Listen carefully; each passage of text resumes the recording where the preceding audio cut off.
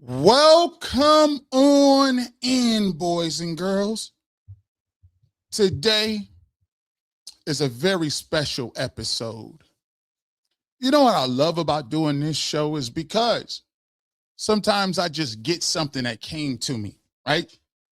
I'm sorry it's a little bit later than you used to getting this math. You probably was looking for some things for the Cleveland Browns. You're probably looking, yeah, I was at practice. We was doing some things. And shout out to everybody who watched my little video earlier. So this one is going to be something that is much needed. It's much needed. This is one of them ones. If you thought you were going to come to just get the regular degular, and you was going to come in and say, okay, well, let's talk about the quarterback tracker. Let's talk about all these things. Let's talk about interviews on UCSS, and let's talk about, what's going on and how we doing different things and what did the quarterbacks do and how we move. Well, you came to the wrong place for that tonight. Tonight, sometimes you got to educate. Sometimes you got to educate. And tonight is one of those ones. Sometimes you got to give the people, sometimes you got to give them what they need to hear rather than what they want to hear. And sometimes you can have fire and you can be combative and you can do some of those other things, right? But here's what we're going to do. I'm just going to break it all the way down. We're going to get to some things and I got to study. I need all my scholars. This is one of them ones you need to share. Listen, we need to go ahead and share this one. We need to go ahead and like this one, because what I'm about to do is I'm about to really break this down, and I got to get scholarly sometimes. Sometimes the emotion don't be really getting rid of some things. So the things that I want to do is I want to pinpoint certain things. I'm going to give you what happened in practice. I'm going to talk a little bit about what went down in practice. I'm going to give you the context, what happened in practice. Today was day 8. We was in the building. G. Bush was there. But I also gave you a little bit of a rant. And I wanted to connect the dots with my rant this morning. And I needed to finish the whole conversation. So you can have emotion, but you also got to do some teaching behind that. So what we're going to do, we're going to get our thinking caps on. See, there's a couple of things that we've already got up out of the vernacular of how we moving. We haven't heard EPA yet, right? When last time y'all heard EPA? Y'all see any EPA lately? That's been gone. That's been erased. Well, today what we're going to do is, we're going to just get rid of this whole quote unquote around the league sources thing. We're going to talk about this a little bit. And this plays a role into this. Most of the reason I went to camp was to see one thing.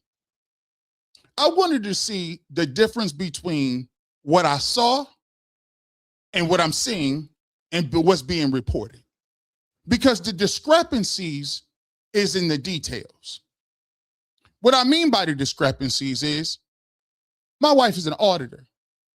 And the one thing that you got to do is you got to sometimes have an internal auditor that comes to your business and they don't do much. They don't ask questions. They don't do too much talking. They don't do too much fraternizing. They don't go out to lunch with the staff.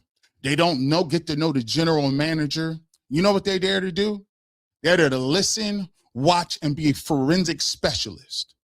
They're there to judge and watch your behaviors. They're there to watch your accounting principles. And at the end of the time period, they don't go out to coffee and deliver a presentation manually or orally to everybody. You know what they do?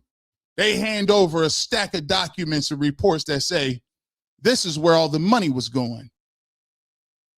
My job at camp isn't to be friends and buddies. I'm a forensic analyst. I'm here to tell you why it is you see the difference between what it is and what's being written. And this is my internal investigative report. Are you ready to talk about it? You're ready to get to it? I know it might be a little late. Maybe you're pulling up a little late. 690 people in here. Hit the like button. We're going to get real. We need the thinking tubes on here tonight.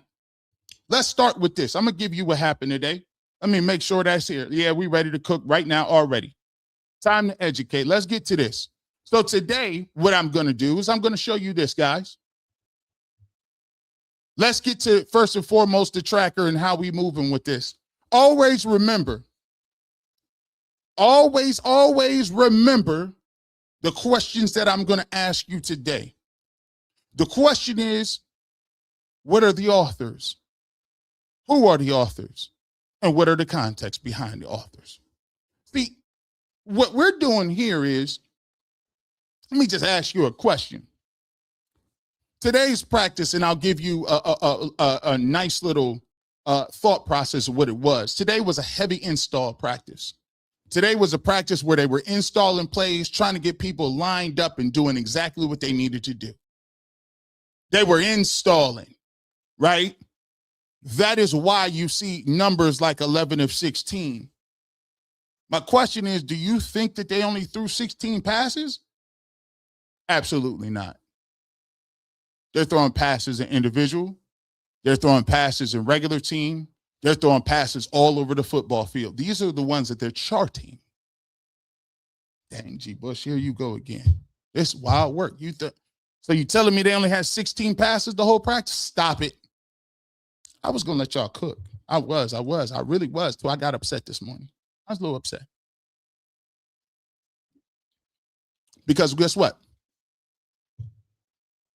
What I decided and what I saw was this. My question is, in my rant I talked about earlier, I got a problem with people recreating their own histories.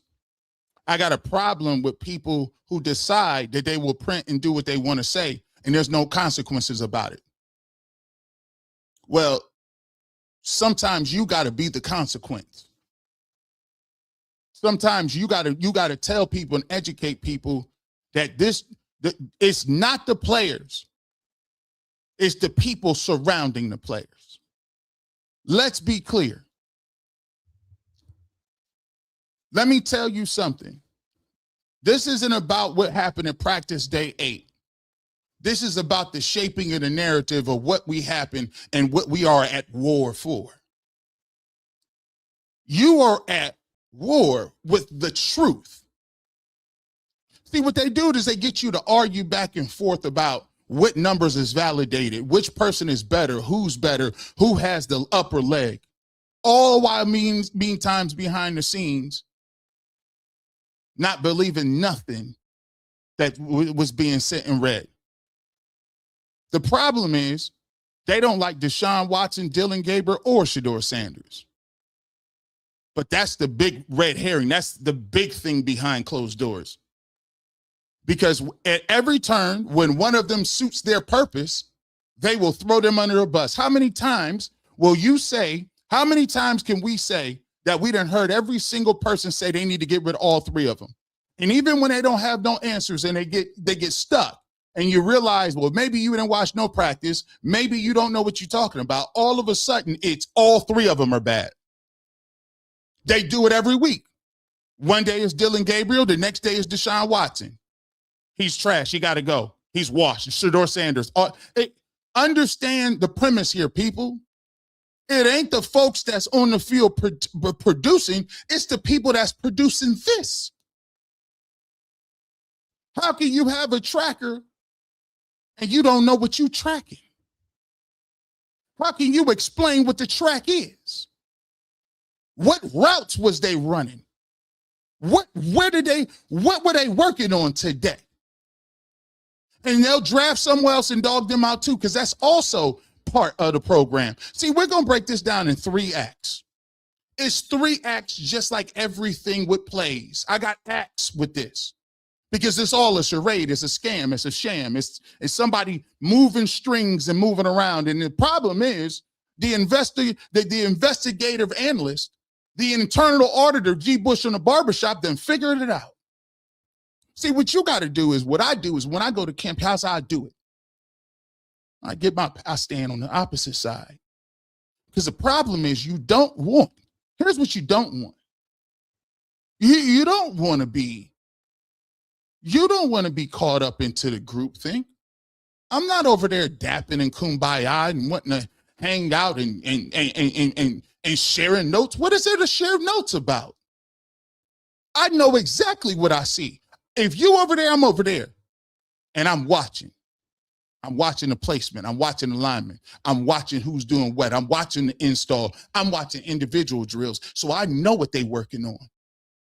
So when you bring up a tracker and you how people is moving, I already know what they're working on. But the problem is the least amount of information you have, the easier it is to control the narrative.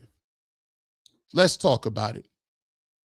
See, you thought that we was going to come back and talk about, yeah, G. Bush, we got you. We got you. While you arguing about over who's quarterback, see, that's the problem. While you're arguing about which quarterbacks did what and whatever happened, they still bringing up old narratives. Oh, no, you didn't get away with it. Let me see what this is. Let me see what this is. People ask me about this, man. Shout out to, they asked me about UCSS. I said, listen, at the end of the day, everybody got an opinion. I'm not begrudging in the opinion, but we will break this down. Let's look at it. Let's see what I'm talking about. When we are talking about what the quarterback competition is, they got you confused. They got you over here looking over here. Why are we talking about tier lists when there's practice being had right now? Why do I care about some tier list and who said what behind closed doors that's anonymous, and I'm watching practice today? Let's get to it. I got a little something. Let's go. Let's get to it. 1,200 people in here. Let's go ahead and start the thesis. Let's start it.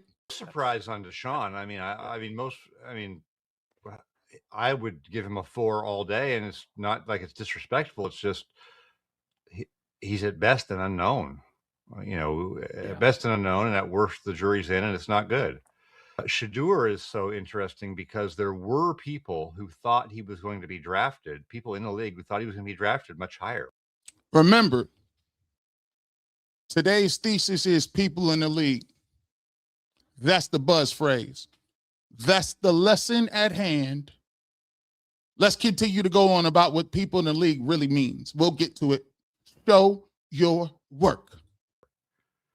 And so, yet those people were not necessarily saying they agreed that he should be drafted earlier. A lot of them are saying I wouldn't pick him in the top 10, but I think there was an expectation he would be drafted higher than he was.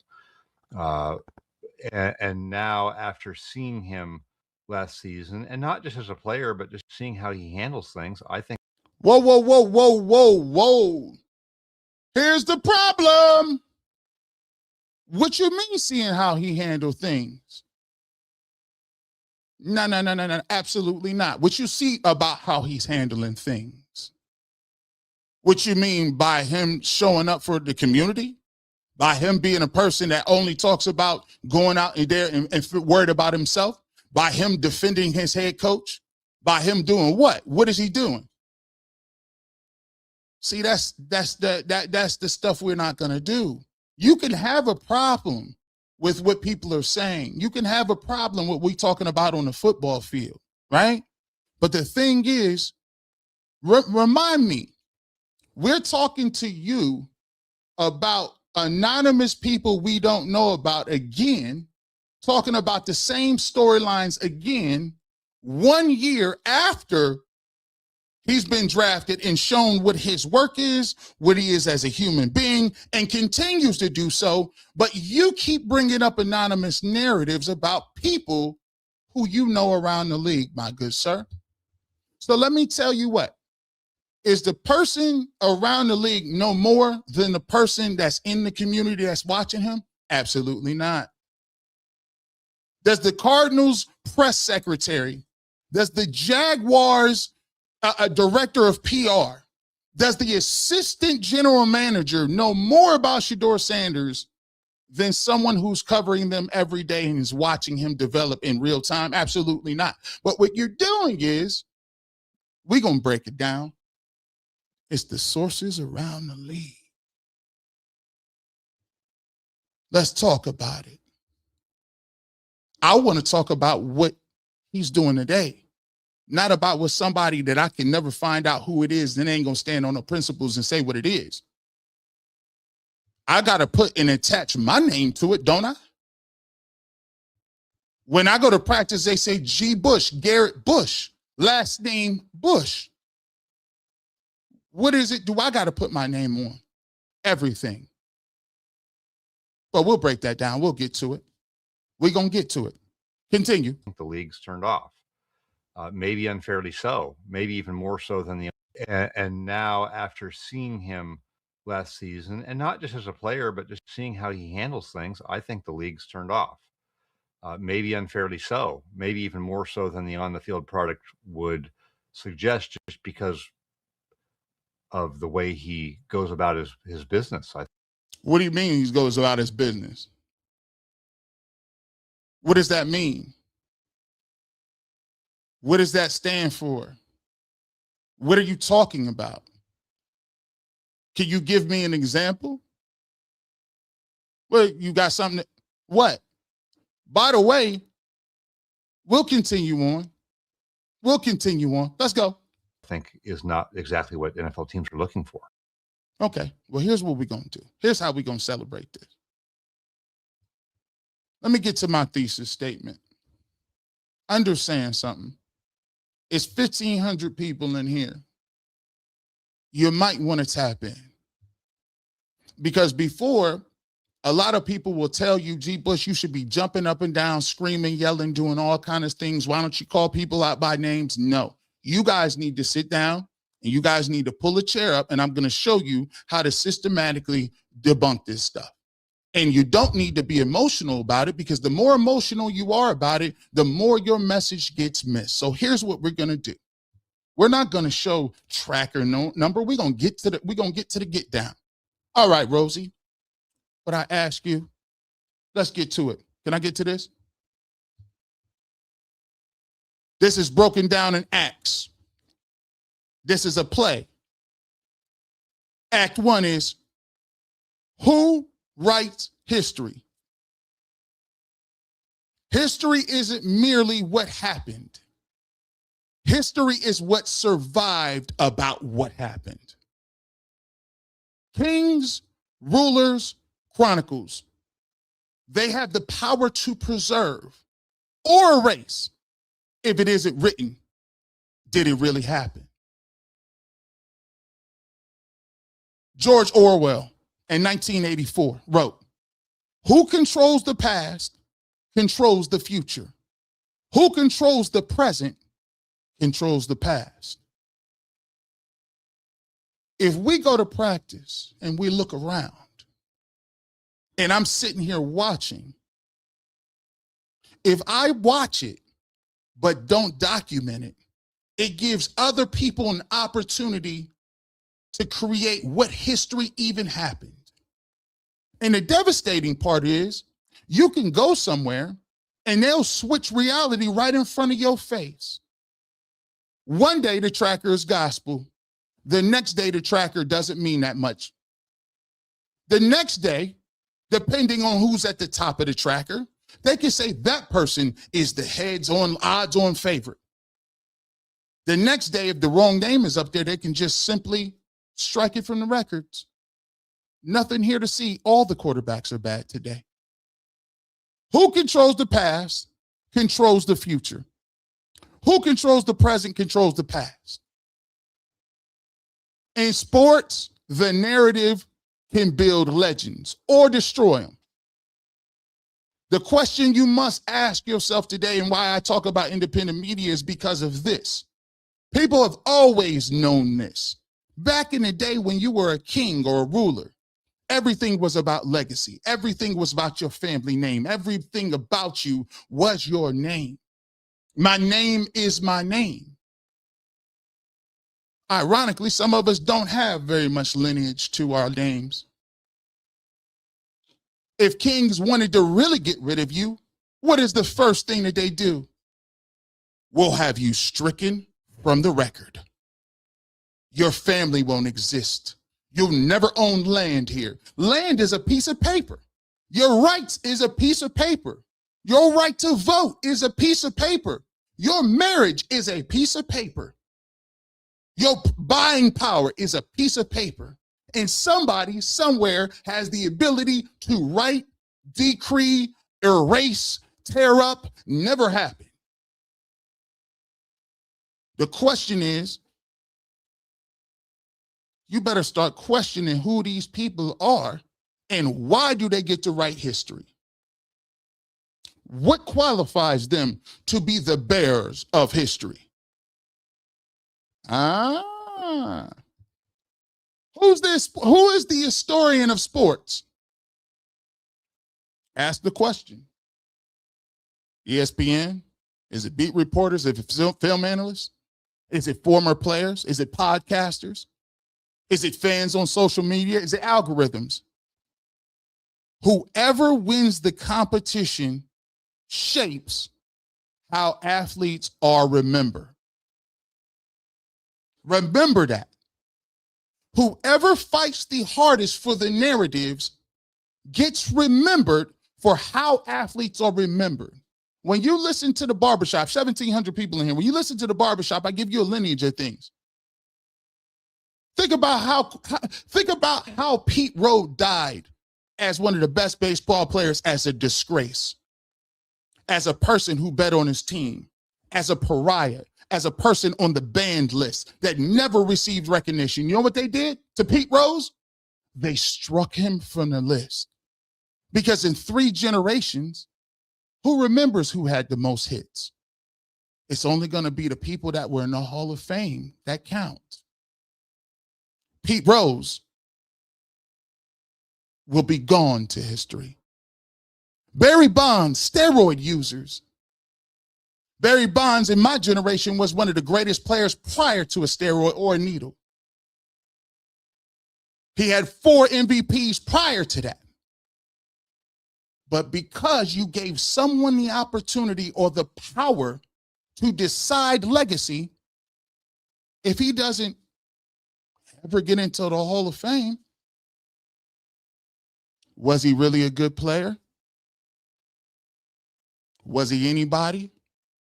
If a tree falls in the forest and nobody's there to hear it or see it, did it really happen? This is the quote that we go into Act 2 with, ladies and gentlemen, boys and girls. Don't get mad. Get dialed in. Don't get mad. Let me take this down so I can show them. Let me show you. The game happens on the field. History happens afterward. The question I ask in Act 1 is who's qualified and who gets to write it. Let's go. Let's get to the PowerPoint, G. Bush. I thought they was coming for touchdown passes. Maybe they ain't for everybody. Right? History is not simply what happened. History is what is recorded, preserved, repeated, and allowed to survive. The event and the historical record are not always the same thing. Whoever controls the record gains influence on how future generations understand the event. Kings and rulers and historical memory understood this. Ancient rulers understood that the power included control over public memory. Enemies could be defeated physically and then erased symbolically. Names were removed from inscriptions. Statues and portraits were destroyed or altered. Official records can minimize, condemn, or exclude certain people. The goal was not to shape how future governments remembered them. It was to control what survives, your influence, and what later becomes accepted as truth. See, you thought I was going to come in here and talk about the tracker. Why talk about the tracker when I can get to history and not talk to you about the, listen, see, what we do over here is educate. Don't be arguing with people. Just give them the history. I don't got to argue with nobody. I'm just showing you how the tactics work.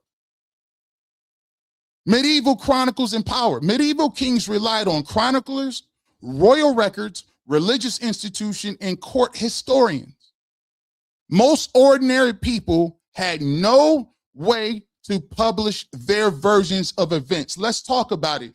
Before the player empowerment movement, every athlete was at the mercy of what somebody thought of them.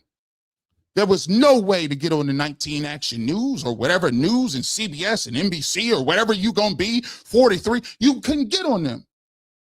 Somebody had to tell your story for you. Just so happens that most people, I wouldn't say most, but there's happen to be some people that had the thought process that you should just shut up and dribble. Turns out that, they were articulating what their real thoughts about those athletes were. We'll continue on. The King's version had a better chance of being copied, protected, and preserved. Power influenced whose perception became history. The winner of the battle often had the greater authority to explain what the battle meant. The question not is only what happened, the question is whose account survived. History through selection. Narrative control does not always require an outright lie. I don't got nothing to tell you. Everybody ain't lying.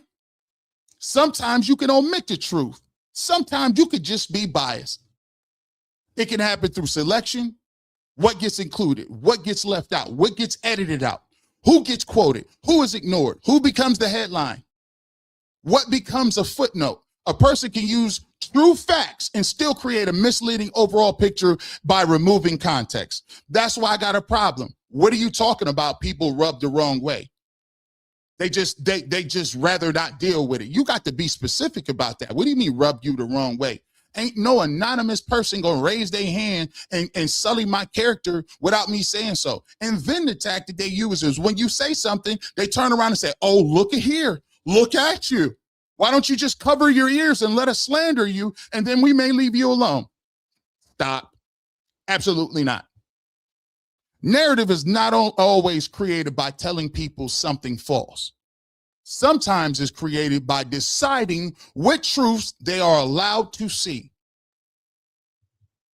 If everybody can't come to practice and the fans don't see what happened in practice, and there's only 5 or 6 people at practice, whose account from practice do you get to watch or you get to see? I'm just starting this act 1. We got 3 acts. We're going to cook tonight. Maybe it's a historical lesson. It's a historical lesson. This may not do the most views of all time, but who cares? Whoever see it, this is for them. So when you understand how it's moving and working, we understand what we got going. That's act 1. Let's go ahead and keep it pushing. Y'all ready to get to act 1? Slide B. Here we go. Let's talk about Orwell's framework. I'll better show you than tell you. This is what the world is from George Orwell. And this is exactly what he was talking about in terms of whoever controls the narrative essentially controls reality. Truly alone. Imagine a world in which you are never truly alone.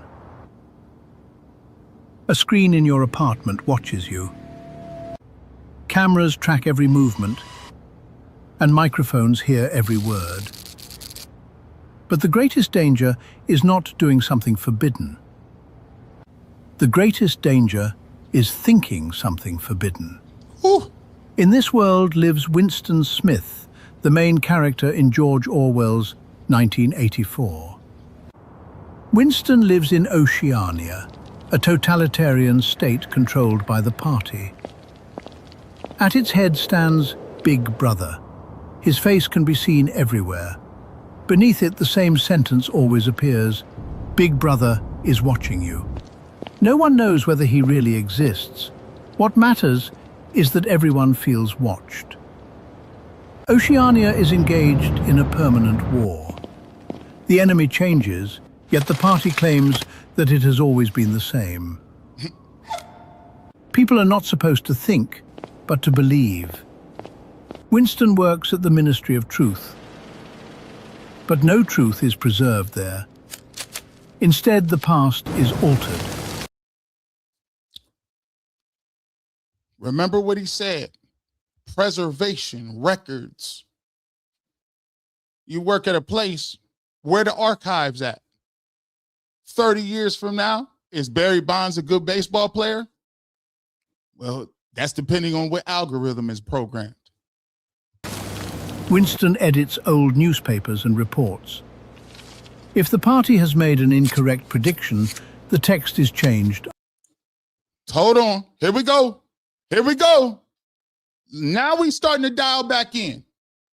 1800. Listen, so anytime you hear this, go by, just put the word tracker in there. Just put it in there. Just put... It's old newspapers and reports. If the party has made an incorrect prediction, the text is changed afterward. If a person falls out of favor, they are removed from photographs and documents. It then appears as though they never existed. Old evidence is destroyed and replaced. This means that no one can prove that the party has ever lied. Although Winston takes part in this system, he begins to doubt it. He remembers things that do not match the official truth. It's funny, I always just keep imagining and seeing things that happen that I remember that aren't a part of the official truth. Like, can't make tight throw windows, don't know what he's looking at, I don't understand what he's doing. Guys around the league keep saying that he's a cancer. He can't be a 2. He can never be a backup quarterback. And everything that you're seeing from this individual is the exact opposite. It's funny how that works. No matter how far you come, there's always somebody from the ministry keep coming back to bring you back to the same old narrative that we continue to keep arguing about. My question is, why would we be worried about what they're saying, period? Let's continue on. Maybe this, just put a 1 in the chat if this feels like. Put a 1 in the chat if you watch certain things on TV and it just gives you the same feeling. Go ahead. That no one can prove that the party has ever lied. Although Winston takes part in this system, he begins to doubt it. He remembers things that do not match the official truth. But without evidence, he cannot even trust his own memories. To control people's thoughts as well, the party develops a new language, newspeak. Every year, it contains fewer words. Terms such as freedom or resistance are meant to disappear. Because without a word, it becomes more difficult to think of an idea at all. Without a word, it becomes more difficult to think of an idea at all. So when you think about the way they can slander you without even saying nothing specific. I learned adverbs and adjectives described in that parts of our language. The more words you had gave you more context to who you were. But now when they use it against you, they use vague terms. They use things that aren't consistent, things that aren't tangible.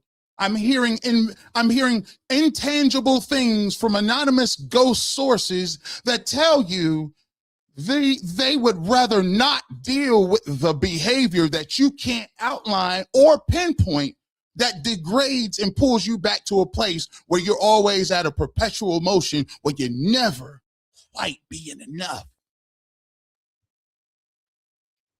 And you thought I was coming to talk about throwing touchdowns tonight? At the same time, the party demands doublethink. 2 contradictions must be accepted as true at the same time. The slogans are, war is peace, freedom is slavery, ignorance is strength. Getting in and out of the huddle is more impressive. Cadence is more impressive than throwing interceptions. The cadence was strong today. Yeah, he threw 6 picks. That don't matter.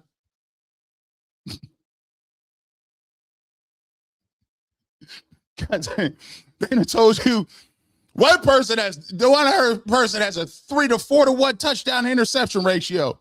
The very next day they'll tell you, That doesn't matter. It's all about how quickly and how the command of the huddle you got. Winston secretly begins writing down his thoughts in a diary. That alone is a crime. He writes, "Down with Big Brother." Big. Then he meets Julia. Oh yeah, that's the way it be too. Let me just keep it. Let me see. Let me just keep it like this too. That's why I put what I put after that. This the diary, right? My diary is the barbershop. That's my diary. Stop coming on my diary, watching what I'm talking about, because I'm commenting on what you had the audacity to say. Oh, here you go. It's even a cardinal sin. You can't use your diaries to challenge our authority. Who do you think you are? That's not the rules we established. Well, I'm outside the bounds of the rules, buddy. What you gonna say? I can't, but I find it funny. Everybody say it with their chest. Everybody got all kind of quotes. They say the same quotes every week. It's the same thing. But then when the consequences come with it, behind what they say, now it's I'm victim. Nope. Stand on business. But let them watch how, let them tell you how. It's Winston's fault. You write down, don't you dare talk about Big Brother. Let's see how Winston handles it. At first, Winston believes that she may be spying on him, but Julia secretly gives him a note. It says, "I love you." A forbidden relationship begins between them. Their love becomes an act of resistance because no one is supposed to love another person more than Big Brother.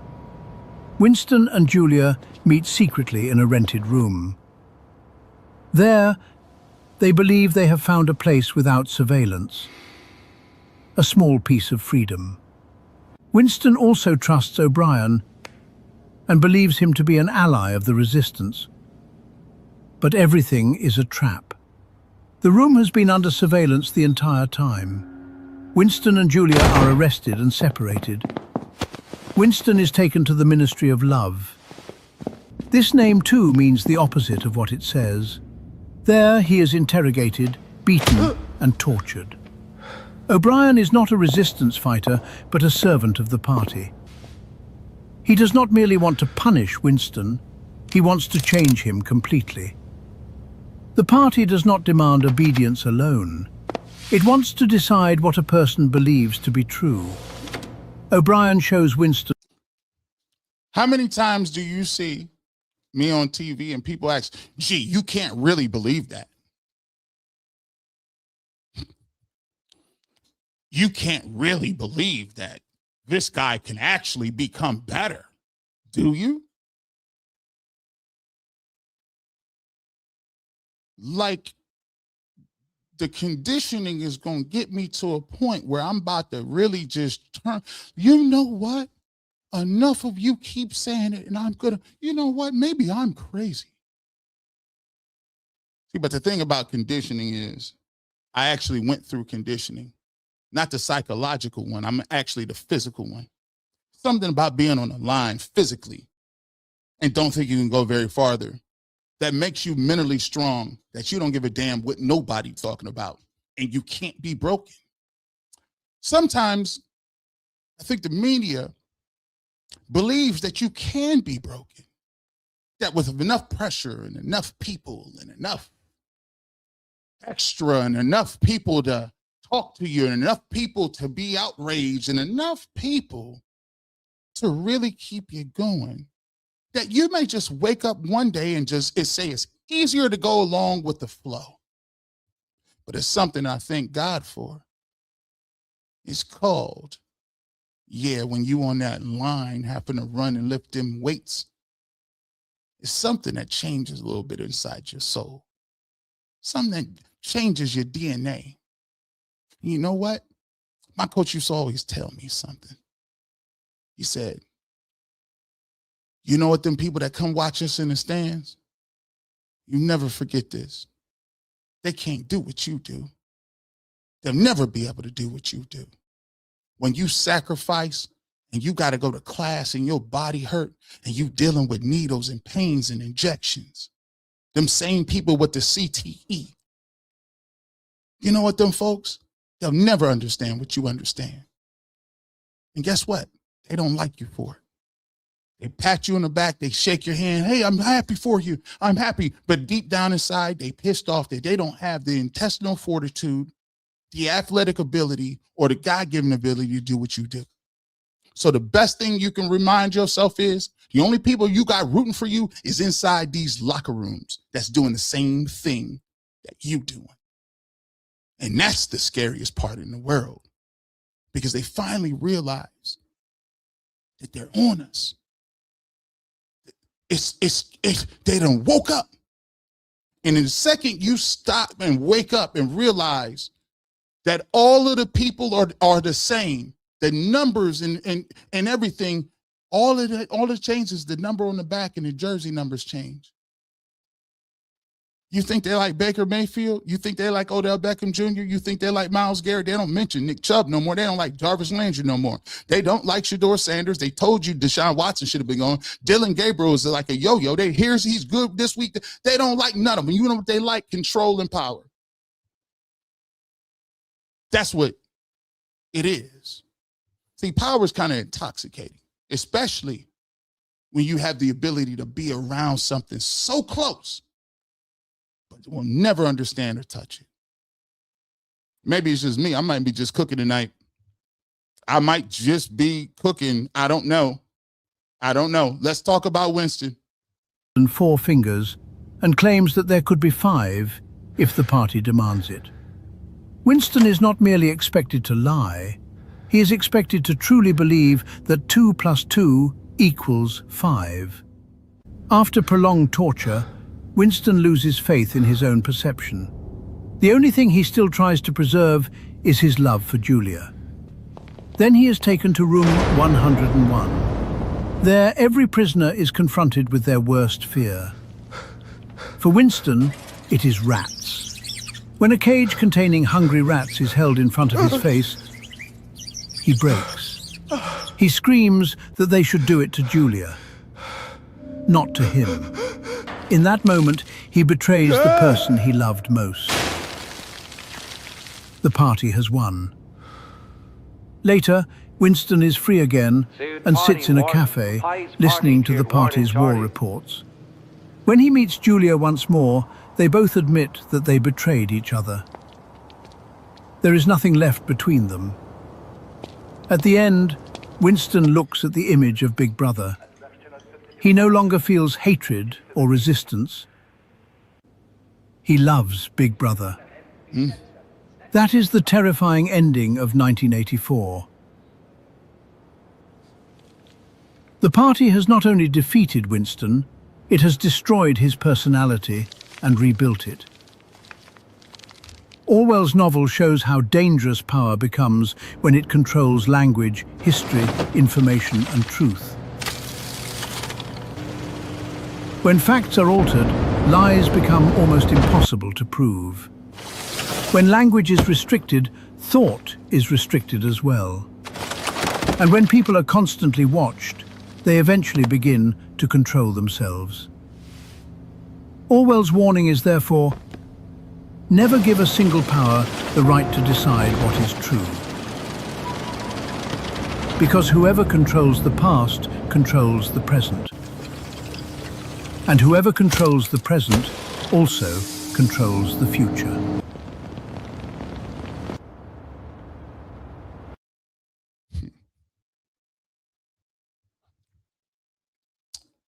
So if you want my socioeconomic commentary on the tracker, just look at that. Listen, it goes deeper than the tracker, though. Let's talk about this. It goes deeper than that. Somebody said it. This is a 3-act program. It's not just 1 act. There's 3 acts.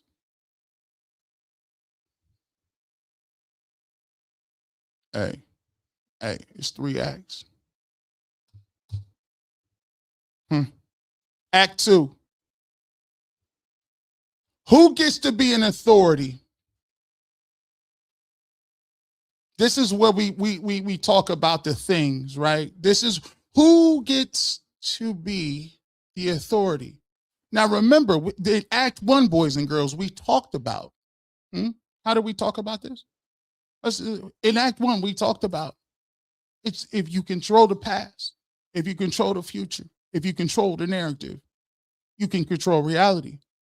So you have to naturally transition to talk about who gets to be the authority.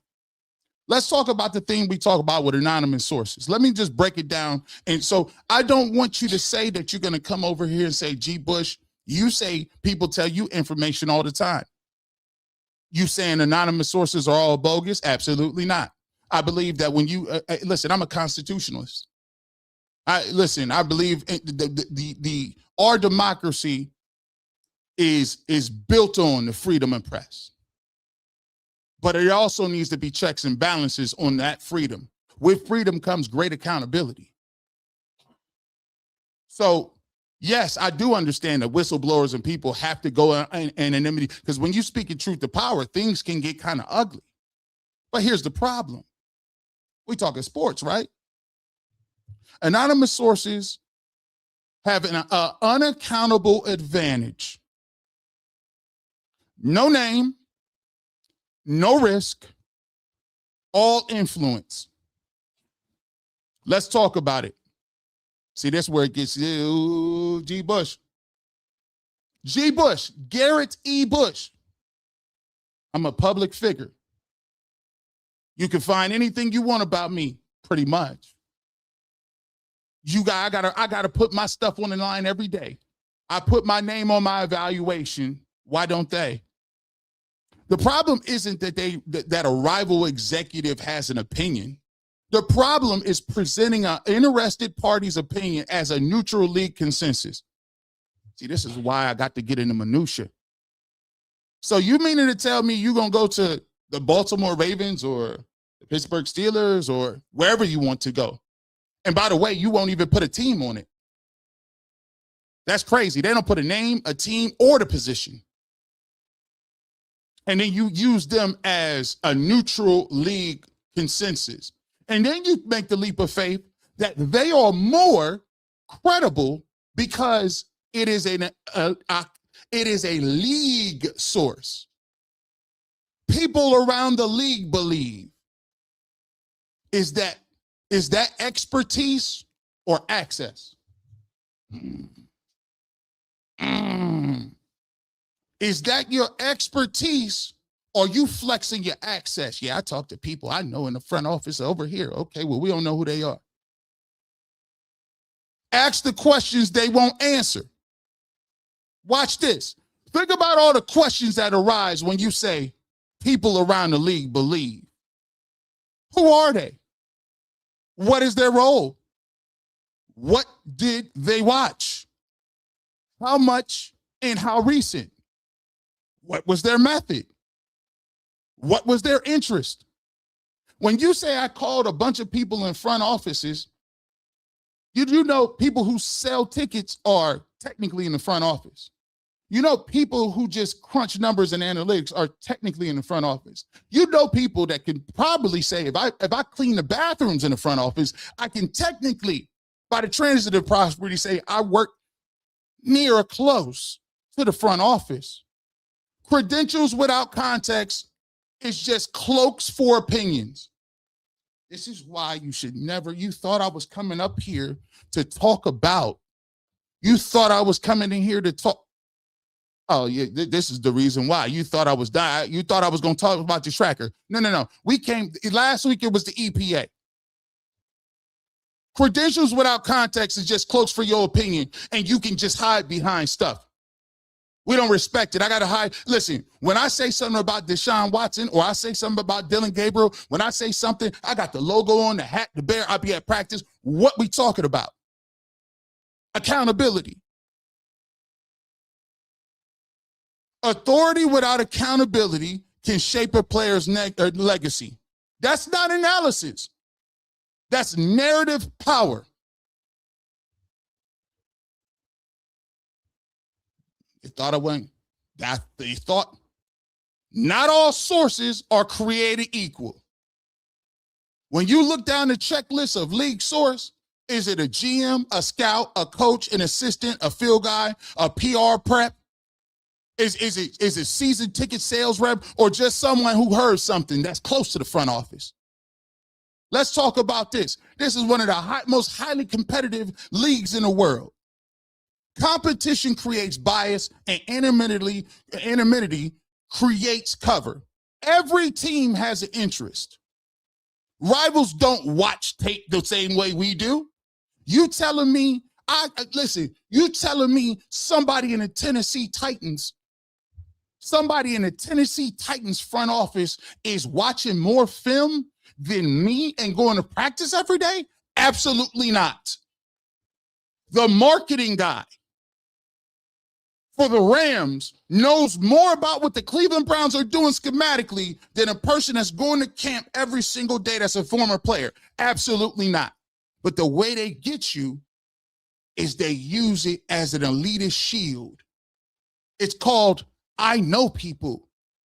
Here you go, blanket statement. So what? You heard somebody around the damn league, and you ain't really even good. When the last time you stepped foot in Berea? Everybody got a tier list. I didn't know you could just make a Santa Claus list up by just calling people on the phone. How credible is the list if ain't nan one of the people, the person who asked the question and the person who answered the question, don't know or ever watched no film on the Browns, period? Ooh. Man. Yep, I thought I was coming to talk tracker. Are they more dialed in than someone that practice every day breaking down film? Absolutely not. The game happens on the field. Narrative is contested here. Let's talk about this. I'll just keep going. I ain't even got to listen. I ain't got to tell you. I ain't got to keep going. I'll give you a little something. We still working. All first verse. Can we get to the act 2? I'll just give you a little bit of the act 2. Where's it at?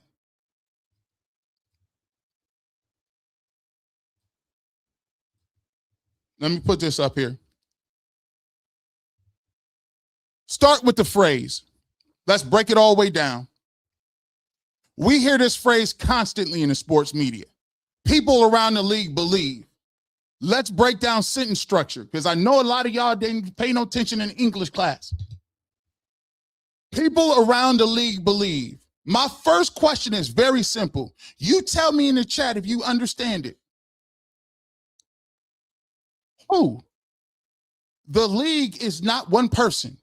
The league is not one opinion. The league is not automatically a consensus. Before I accept the conclusion, I want to know who establishes the premise. Who exactly is the league source? Is this person a GM, a scout, a personal executive, a position coach, a coordinator, film analyst, cap specialist, PR executive, someone in the business side, someone who heard something from somebody else? Simply working in the NFL does not make everyone equally qualified to evaluate a quarterback's play. That's period, point blank. We're going to get rid of this around league stuff. I got 3, 4, 5 slides. You tell me what wiggle room you got with this. Please stop bringing people on shows, talk about around the league. Credentials aren't the same as expertise. An NFL credential tells me where you work at, sir. It doesn't automatically tell me what you know. What is your job? What is your expertise? How much tape have you studied? How have you watched this player's current film? How much of it? Have you seen him in practice? How recently? Show me the connection between your credential and the conclusion. This is why you don't give G. Bush no time to mess around. You thought I was coming with the Deshaun Watson angle tonight. No, my good sir. I had something better else planned for you. Don't get mad. Educate. I don't want to hear EPA no more. So let's get rid of sources around the league. Why don't we? For 200, Alex. Let's continue on. Proximity matters. If we were evaluating Shedeur Sanders in 2026, how much 2026 Shedeur Sanders have you actually watched? Are you at Browns practice every day? Are you watching film every rep? Are you reviewing the film? Do you understand what they're installing? Do you know what the protection is? Do you know what the route concept is? Do you know what the quarterback is coached to do?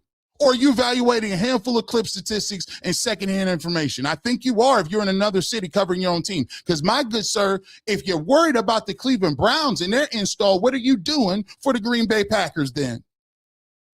Sources around the league for 200, Alex. Ask the most important question. What's the evidence? Just don't tell me the conclusion. Show me how you got there. Show your work. What plays support the evaluation? What specifically is a player doing incorrectly? And by the way, if you're going to say he's doing something incorrectly off the field, please tell me that too. I'd like to point to those conclusions. What the context, and it always matters. What's the evidence that can cause you to change your opinion? Analysis should be reproducible. If you're right, I should be able to look at the evidence and understand why. Let's talk about this, anonymous information versus anonymous opinion. There are legitimate reasons for anonymous sources, breaking news, trade, contract negotiation, internal disputes. And I put these slides in here because I know how y'all get, because y'all cherry pick everything and you want to dip over this, touch on this. He was wrong on this one. Let me show you why I show my work. Here's the situations where you should be anonymous before you step over here, good sir. Information somebody cannot reveal publicly without consequences. But player evaluation is different, ain't it? What negative consequences is there for a general manager and executive saying, you know what? I'm in charge. I don't like what Shedeur Sanders is doing. He's not good. What consequences would that have? Because you didn't draft him. And obviously, you're not going to go after him in free agency or trade for him. So what negative consequences are there to saying what you said on record? Oh, but the valuation is different. They're trading the quarterback is the information. The quarterback can't play is the evaluation. Why should a subjective football opinion automatically receive anonymity? Accountability has to matter.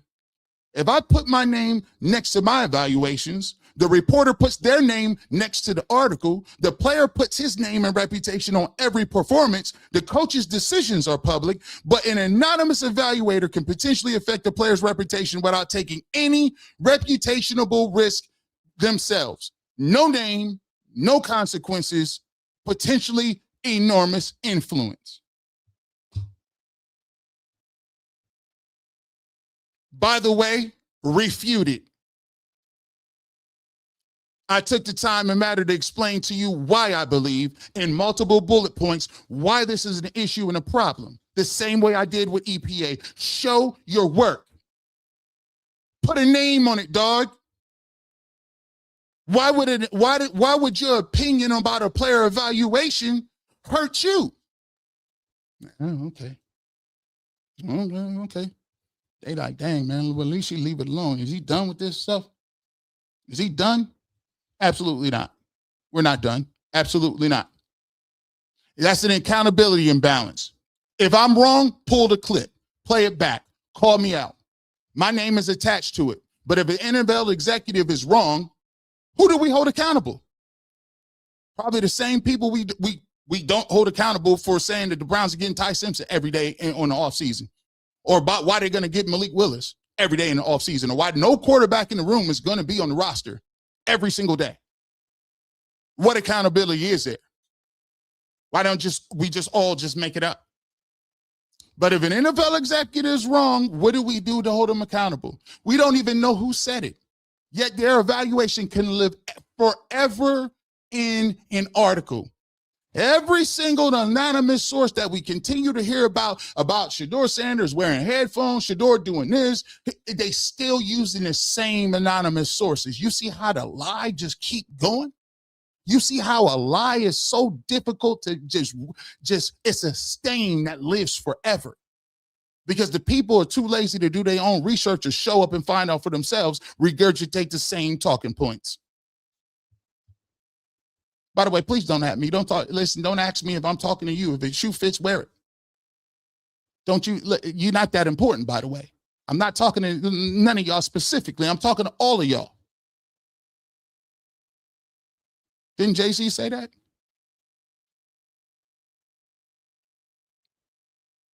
Right? Competition creates potential bias. NFL teams aren't independent research institutions. They are competitors. They're fighting for wins, players, draft picks, contracts, trades, leverage, jobs, championships. They don't mean necessarily a lion, but it does mean we shouldn't automatically assume every evaluation is neutral. We should always ask when somebody tell you something, does this source work for a rival? Did the organization pass on a player? Did the evaluator give him a bad pre-draft grade? Are they defending their previous evaluation? Does the team have a competing player? Do they have a relationship with a particular agent or organization? Potential bias doesn't prove dishonesty, but knowing who the person is helps us evaluate the possible bias. Anonymity removes our ability to do that. They just keep, I just, listen, I'm sorry. Should I keep going, or I can go to something else if you guys want me to? I got 12 points. One source can become the lead. This is the narrative pipeline we be talking about. One person gives an opinion. The source remains anonymous. The article says a lead executive believes, television discusses it, social media reposts it, another outlet summarizes it. Eventually, the language becomes people around the league have concerns. Then the league doesn't believe in that guy and asks, wait, how did one person become the entire NFL? This is the category that we must get with this. This is the term that we're going to use. And this is the definition of what we are trying to get to the heart of today, boys and girls, in my lecture notes.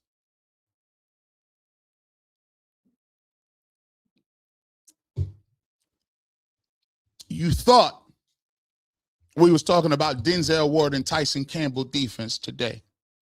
Didn't turn out that way. Neither. I'm going to read this now. I see it's media movie night. Once again, they never fail to go off the rails. NFL owners could solve the problem by no access to team or practices. Power with no integrity. I've been discussing for months. We got to stop watching the content. Well, that's directly in your purview. That's directly what you say. That's in y'all's responsibility, and you can definitely do something about it. Watch this.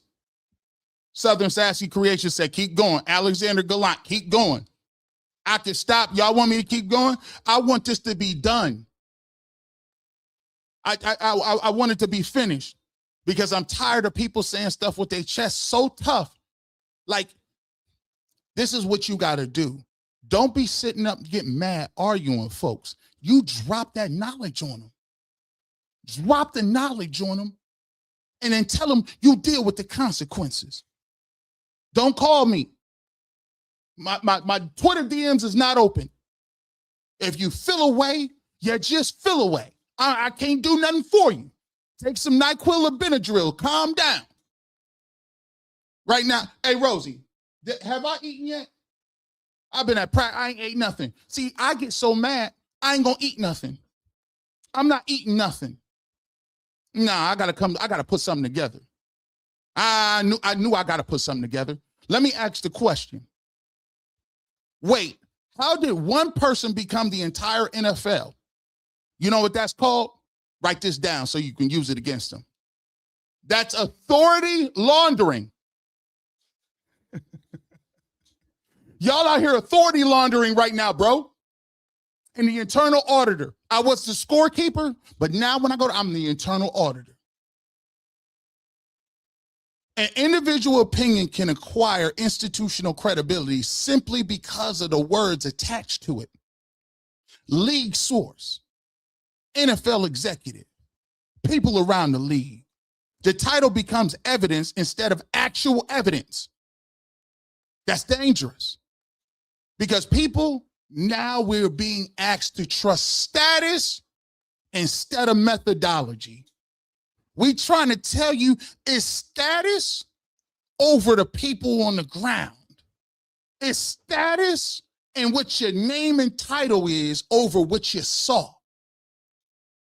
And that's how we get into trouble. That authority laundering will put you in a bad place because now you're starting to follow clout. And let me talk about an industry that's elitist. If you got 5% of the population controlling 100% of the narrative, authority laundering is critical.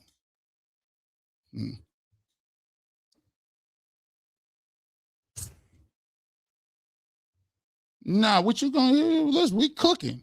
Look, I keep trying to tell you. Like what we talking about? This is we listen. They say authority laundering is a felony.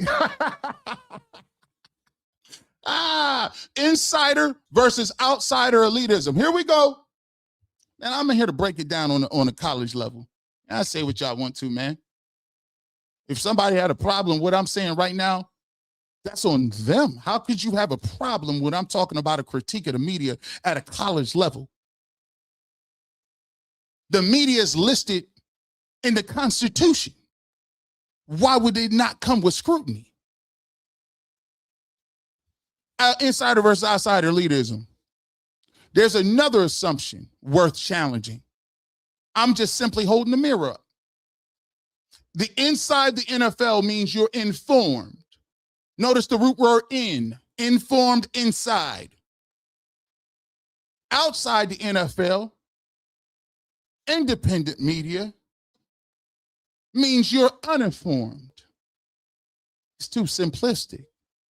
It's too simplistic to say just because you got a title in the league, because you got a job, that means that job title equates to efficiency and knowing what you're talking about. There are brilliant evaluators inside buildings. Again, and this is the thing that I always do with y'all. I give you my premise, but I also back up my other side to the argument. So when you come at me and say you was basically tearing down people, and no, I wasn't. There are brilliant evaluators inside NFL buildings. There are uninformed people inside NFL buildings. There are brilliant analysts outside of NFL buildings, and there are uninformed analysts outside of NFL buildings. You see what I did right there? It all encompassing. Inside the building or outside the building does not tell me how competent you are. Employment isn't the test. The quality of your work should be the test.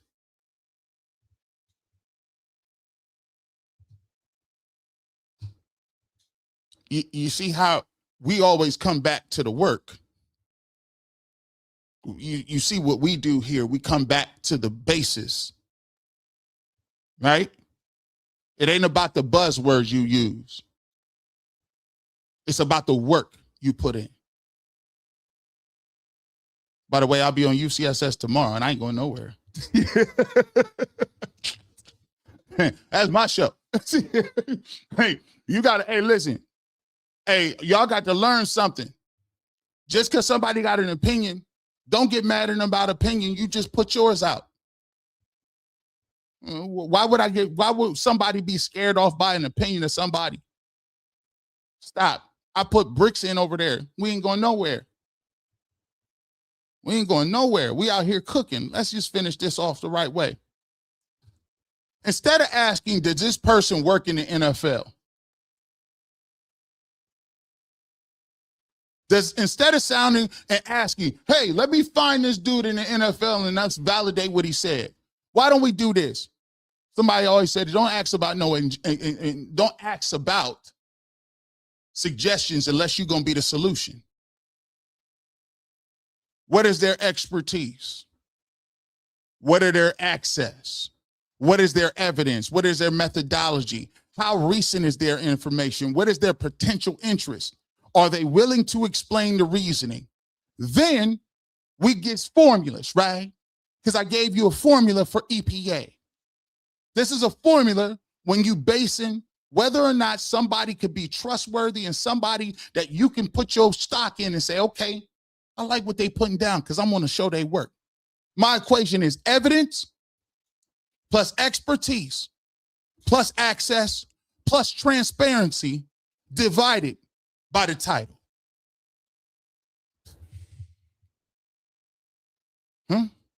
I'm going to take your evidence, your expertise, your access, and transparency. All of those are greater than the title. Greater than the title. The title don't end up being bigger than all of those. Just because you're a retired chemical engineer from NASA does not mean that you ain't as smart as some CEO that's employed today. Why? You think because he's 70, he done known more about rocket science than you did? What, because you employed today means you? No. Bring it back to your perspective. I'm not even telling you, believe me, because I played football. See, this is what I'm saying. This is why listen, I'm great. I'm okay with everything I say because I bring it back to myself and my standards and accountability. I'm not telling you that you need to be on the barbershop believing everything G. Bush said because I played football. What I'm telling you is judge my work. Am I going to practice? Am I watching the reps? Am I breaking down film? Am I giving my reasoning? My name is attached to every single evaluation. When I was wrong about Deshaun Watson giving you 4,500 yards 3 years ago, and I said this was the next step to the Super Bowl, I stand up willingly and own that. When I said Carson Schlesinger, who is this guy? I always bring that example up, and I say that guy, when I went to practice the very next week after they drafted him and I didn't know who he was, I said, this guy's going to be a beast. It's just not good enough to stand by your initial take and then double down. A real analyst, a real a guy that's about methodology and it's about the science and it's about the art and about your craft. They always go back and look and see where they could have been wrong. Where could I adjust? What did I do wrong? Should I have been more open about certain situations? That's the people I want to look at. Am I going to give you my reasoning? Huh? Am I going to give you a different perspective? I just brought on Coach Riz. Let me tell you why I brought Coach Riz on yesterday. Because whether you agree with what he's saying, he has methodology to it. He's there at practice. I see him charting. For a year, that man sent me detailed notes about Browns offense, Browns defense, scouting reports. And I just hit him up yesterday. You know what I did? I applied the Coach Prime method. Coach Prime said he watched me for a year to see what type of character I had. For a year. I could have said something one day. He's like, yeah, nope. 6 months you was good. You started faltering.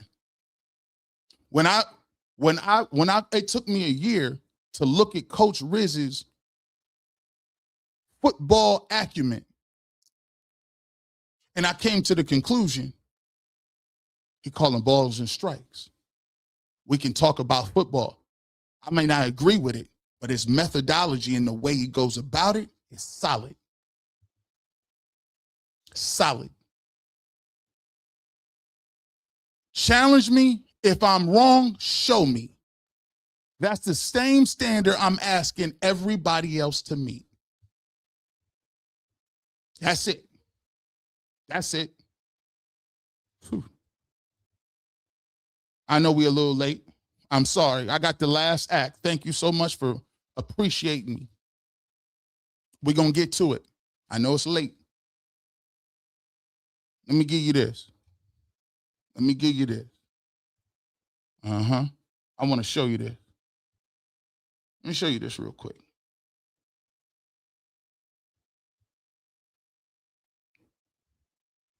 Watch this. Act 3.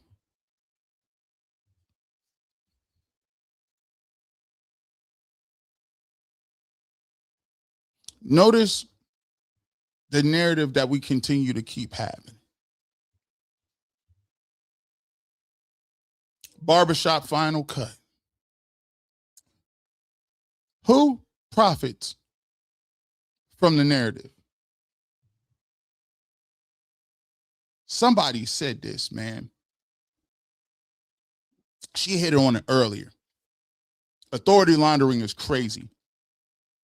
That's one of the craziest joints of all time. If losing is the story becomes the product. Come on now. Don't get tired on me now, folks. Don't get tired on me, folks. Anger drives clicks. Controversy drives engagement. More opinions, more content, more views.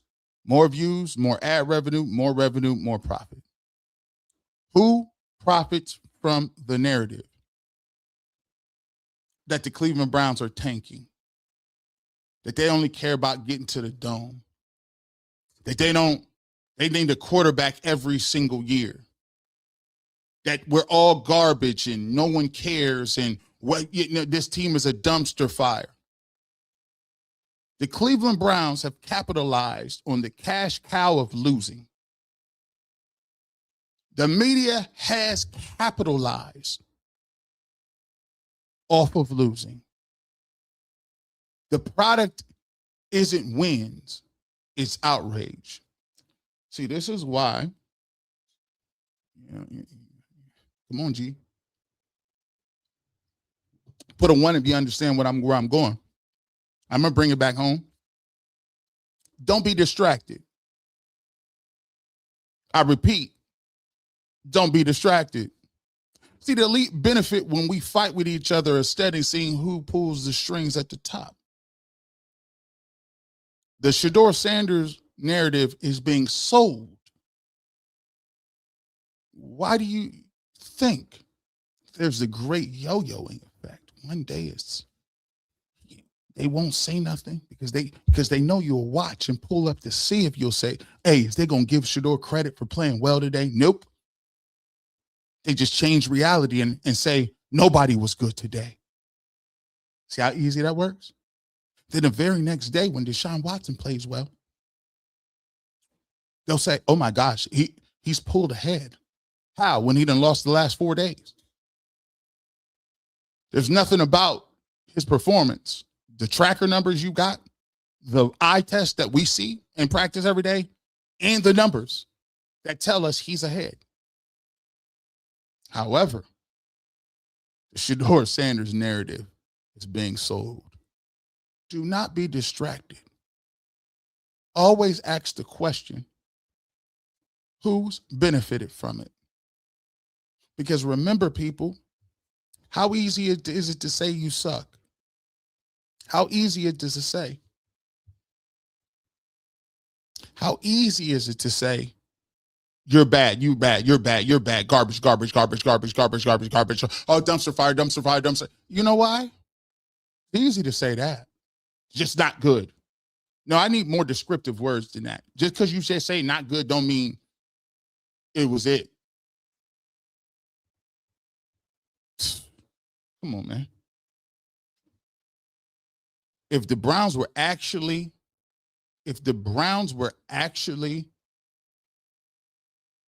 good, people would actually have to go to training camp. People would have to actually articulate why the Cleveland Browns are good. And if the Cleveland Browns were a regular organization where selling, losing wasn't the cash cow, you'd have to compete in a fair market. And how could you do that if you don't really have the expert? What would you do? You think you just wake up and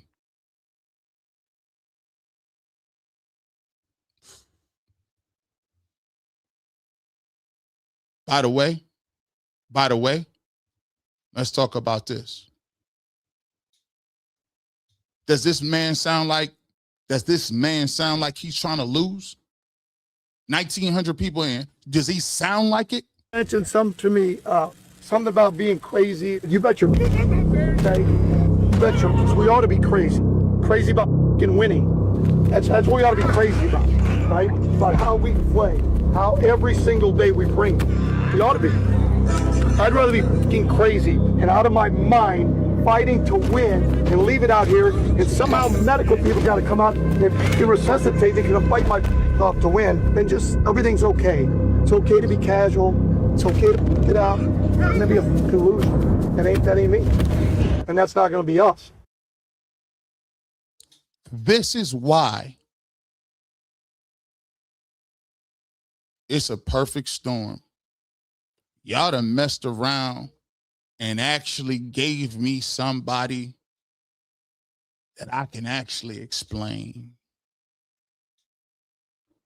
He's telling them in real time. I heard what all the stuff they're writing and saying. I hear that nonsense. Let me tell you something.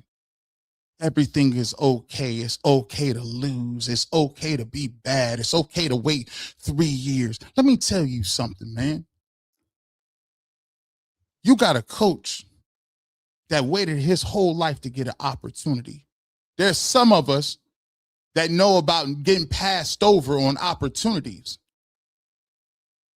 The great thing about getting passed over on opportunities, you know what it is? It gets rid of a lot of stuff. And it gets rid of you not telling the truth. You think I care? No. You keep telling me about I got to this point by talking like this. Todd Monken got to this point talking like that. Maybe you need to rehear it. Because every time I hear this lines up with what I see in practice. This is what I'm saying. Let's say it again. Someone mentioned something to me, something about being crazy. You bet your okay? You bet your, we ought to be crazy. Crazy about fucking winning. That's what we ought to be crazy about, right? About how we play, how every single day we bring it. We ought to be. I'd rather be fucking crazy and out of my mind fighting to win and leave it out here, and somehow medical people got to come out and resuscitate. They're going to fight my off to win, then just everything's okay. It's okay to be casual. It's okay to get out and then be a fucking loser. That ain't me. And that's not going to be us. And it ain't going to be it. It ain't going to be the barbershop. I tell you that. It ain't going to be it. It ain't going to be it. It's not going to be it. I'd rather be labeled crazy, delusional, ridiculous before I run around here and take L's willingly for your insecurities and narratives. Absolutely not. People is running around here labeling people homers. I'd rather be a homer.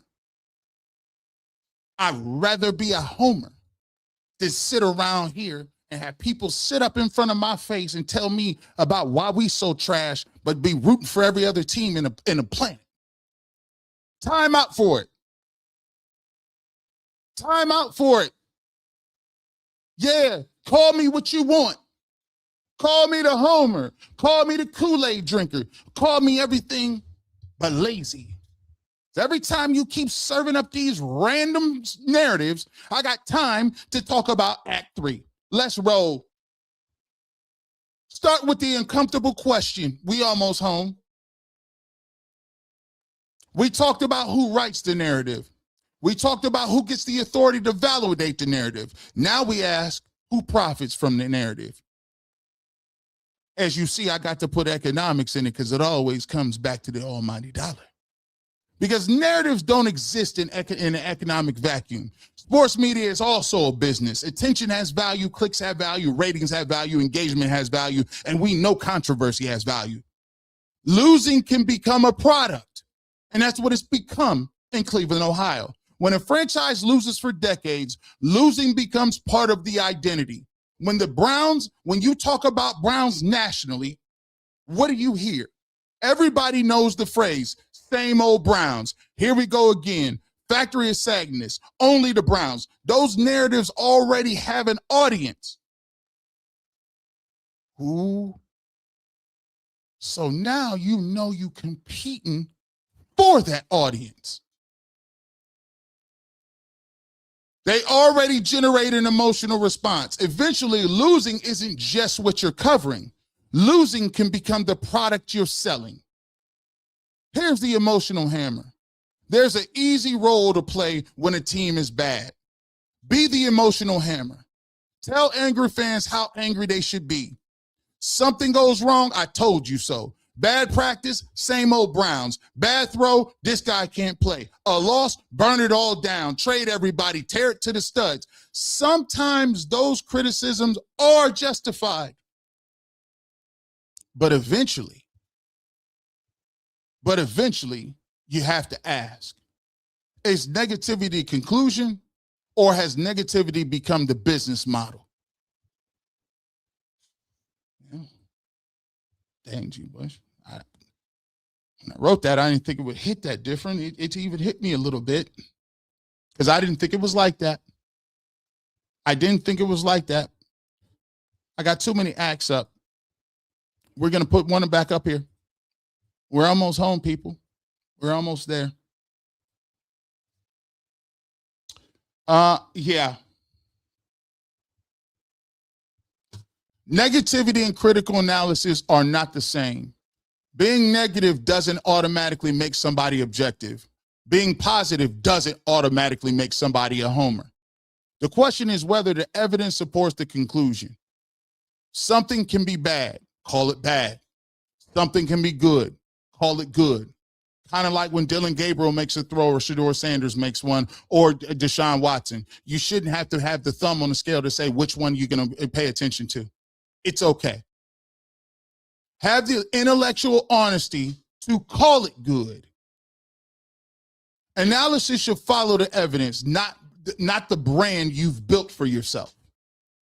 It's easy to say something sucks. He can't play. He's a terrible quarterback. Bad practice. Bad this. Same old Browns.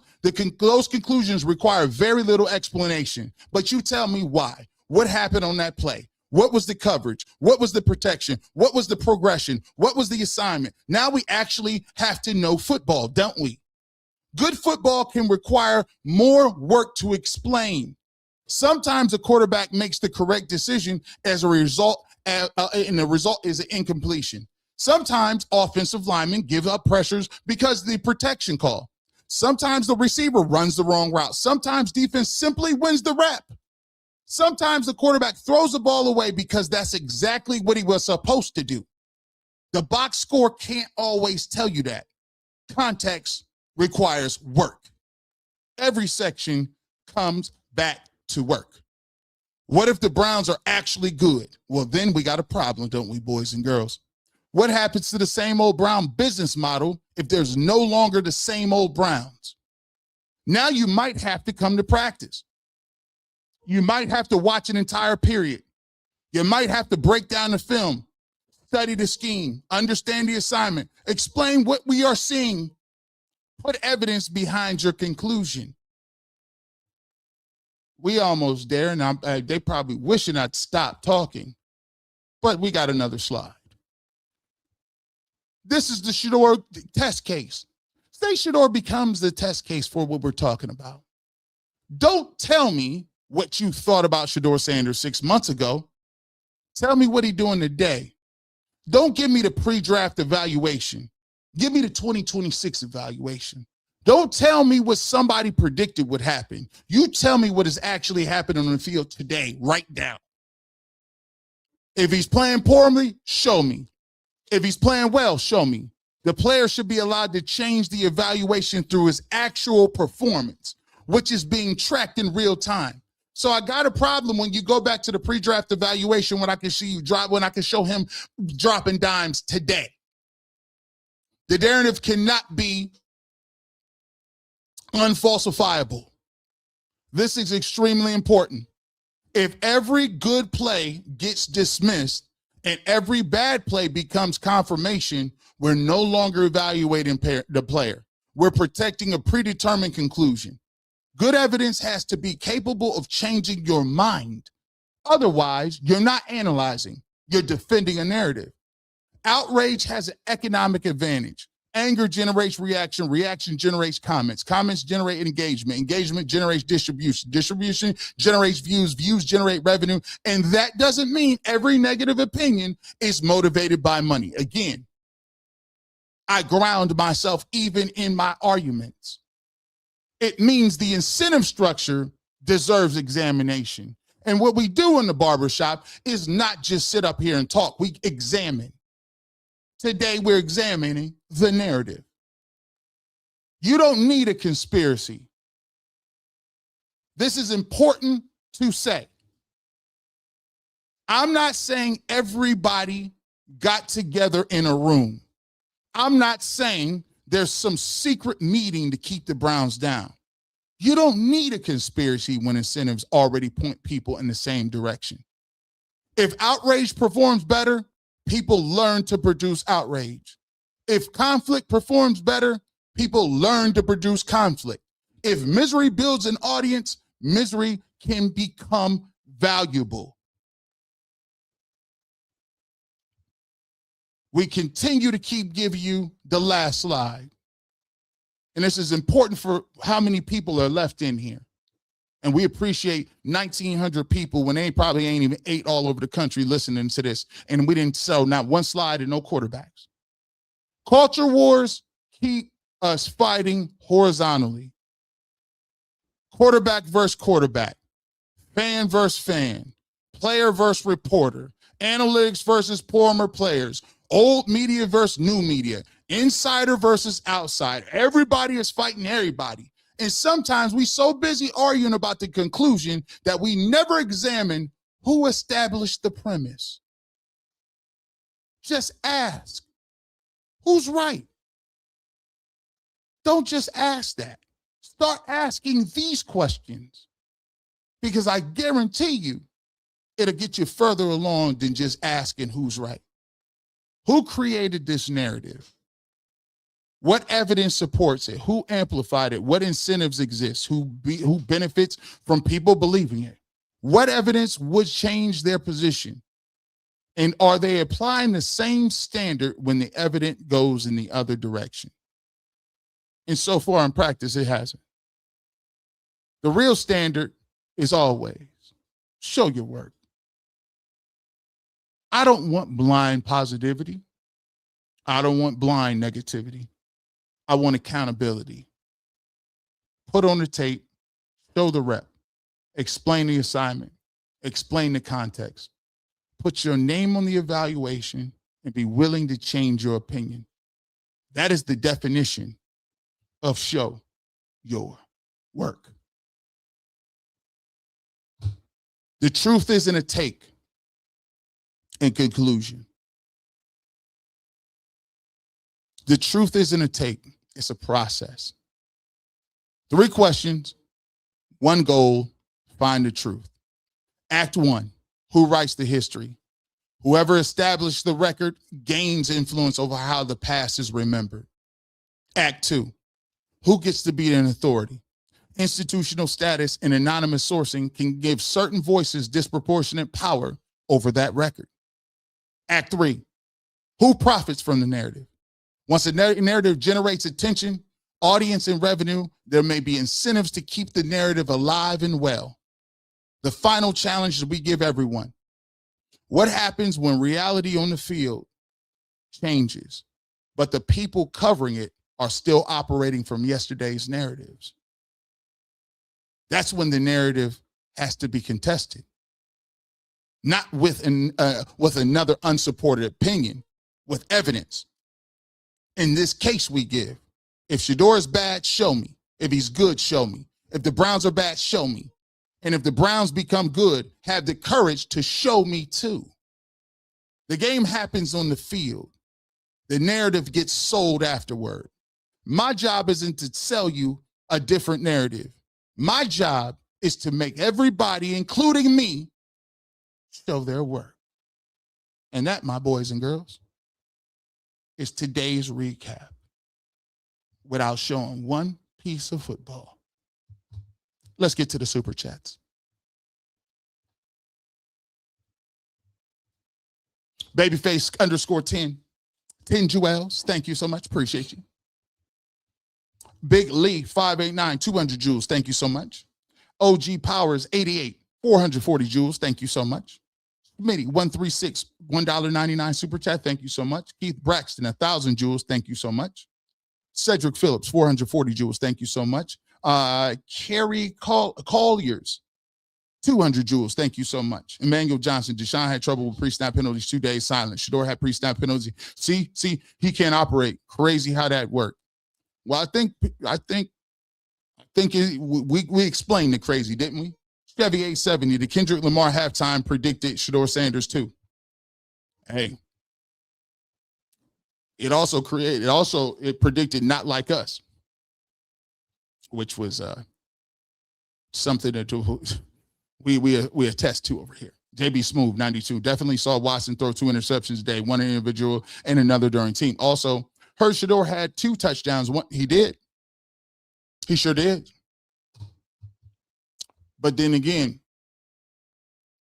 now you should, after you see this, you should be questioning who puts together what and what kind of stock you put in it after this presentation.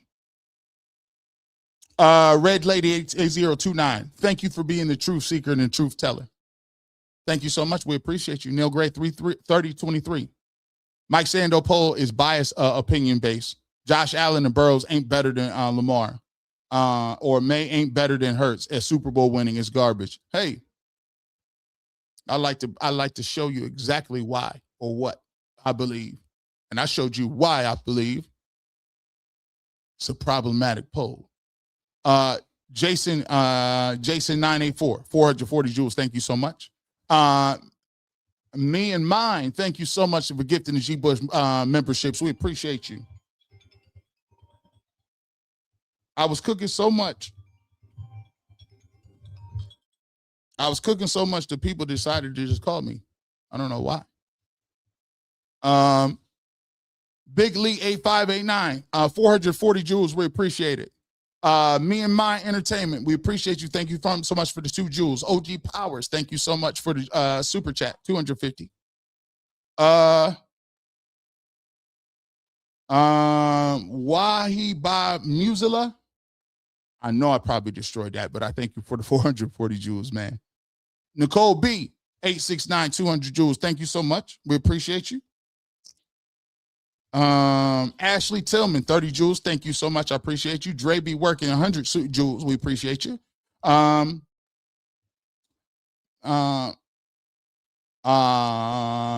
Hadomaja. Wow. Thank you so much I think this is from Zaire. Gee. It's 2 a.m. in South Africa. We here in the barbershop in the office at 5 a.m. Keep cooking. You are international source of truth. Thank you so much, my good sir. Shout out to the continent. Shout out to the movement. We appreciate you, man. Thank you so much. Babyface _10 joules.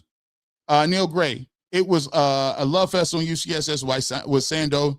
With Sando, the panel didn't ask one articulate question about how is his poll was ludicrous with his anonymous source.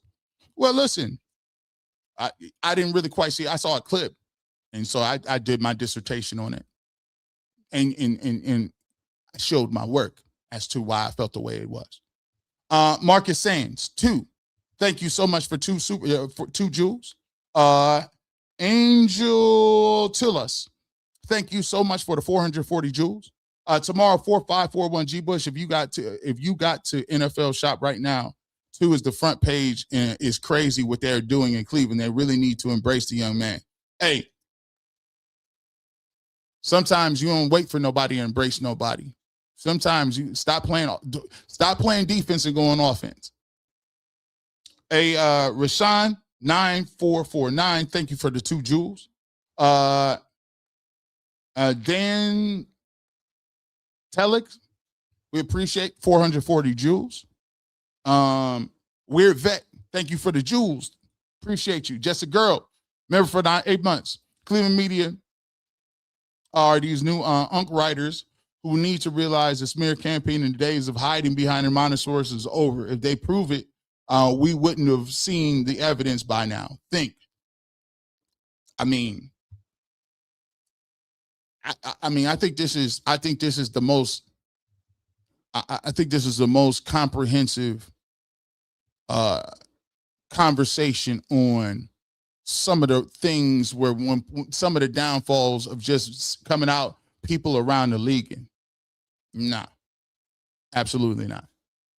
Gilly says, Professor Bush, G. Bush, class in session, cook a full course meal with this one.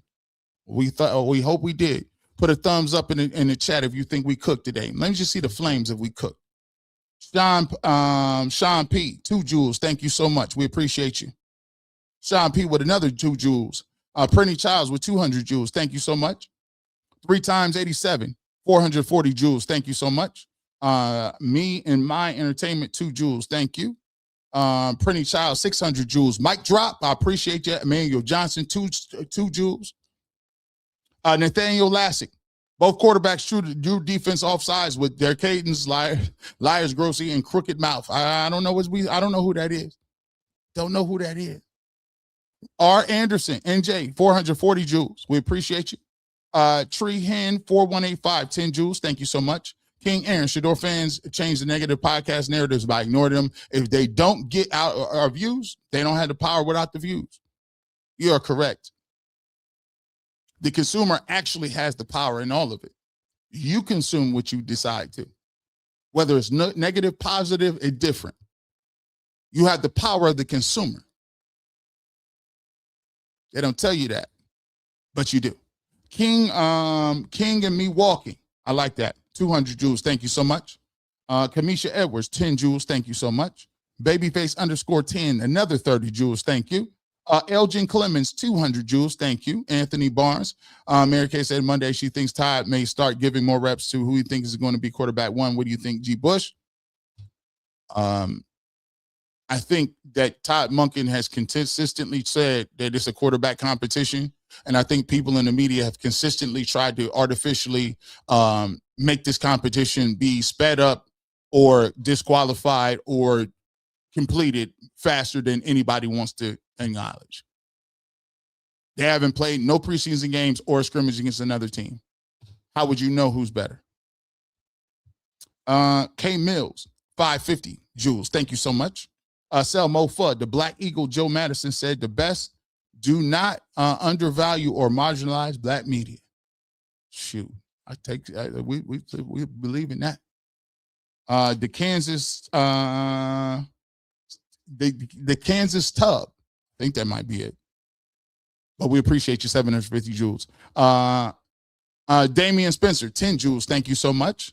Desmond Johnson, I need people to stop acting like 7 touchdowns today with 7 80-yard drives for touchdown. With shorts, it was shorts that day. Let's get real football against the real. It was a goal line period, and there was no pass rush, and he got all the reps. Now, am I going to kill him for completing the reps? No, but you are correct. 7 touchdowns is not like he threw 80 bombs. Like, it wasn't that. Anthony Barnes. She said that Grossi, they believe that Watson is ahead because of the operation, Canes, etc. But I think Two has played more. He's outplayed him since the beginning of camp. Yesterday was Deshaun Watson's really first day where he was really solid and he was doing his thing. He's been outplayed the rest of camp. This is what it is. Miss Bell says, G. Bush, I saw your purse earlier. You're an eagle in the game for the love of the game. And remember that those bitches who say anything for $1 are still around. Get back up there where you belong. There you go. Hopefully, Miss Bell, the eagle has landed with this one. Princess Ma, 10 joules. Thank you so much. Reese Omo, 10 joules. Thank you so much. Adam McKenzie, 2 joules. Thank you so much. DB Dog, funny, the former was before 95% of the sources, right? Right? Former. A lot of people was getting let go out here, DB Dog. Lady PC 67, we appreciate you. Lady PC 67, thank you for the other 2 joules. Tessa 2019, thank you so much. The extra point, DK, thank you for becoming a member or being a member for 3 months. At this point, we got to create G Bush TV. I don't tune in anywhere else. when it comes to Browns coverage. If you do not go on, bro, because at this point you speaking for the people. Appreciate it, G. No, thank you. I appreciate you. 10 jewels, gold coins. We appreciate you. Tommy Harris became a member. Thank you guys so much. Mr. Johnson, 402, 440 jewels. Thank you so much. We read this earlier. We'll read it again. I see it's movie night. Once again, they never fail to go off the rails. NFL owners could solve this problem by no access. I don't agree with not giving them access. Everybody deserves it. Access depends on you. That's the access. Anybody can have a platform. It's up to you. Do you go patronize it? Princess Ma, thank you, G. Bush. We appreciate you. Mick Purnell, unless G. Bush on UCSS, I'm not watching. Hey, man, watch UCSS. By the way, it works because I'm going to be on every day starting in September 8th. So that means you got to watch it. That means all of y'all got to watch. September 8th, we going to 8 days, 5 days a week.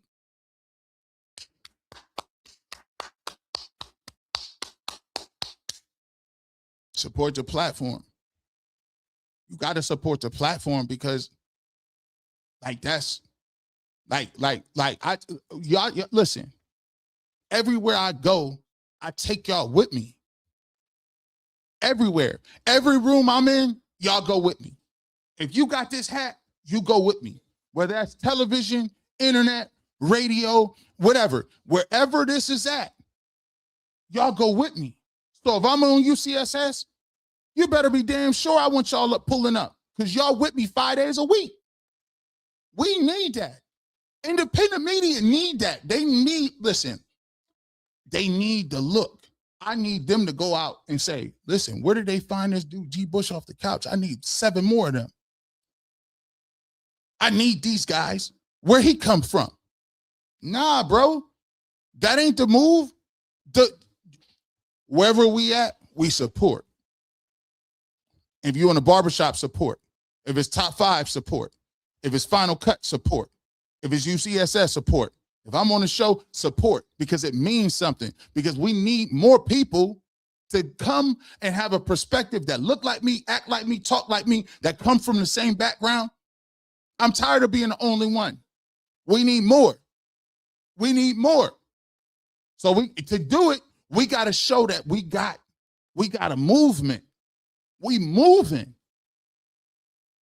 I'm proud to represent people when they turn that television on and they turn that WKYC Channel 3 on come September 8th. I'm glad that they say that's G. Bush. He from the shop.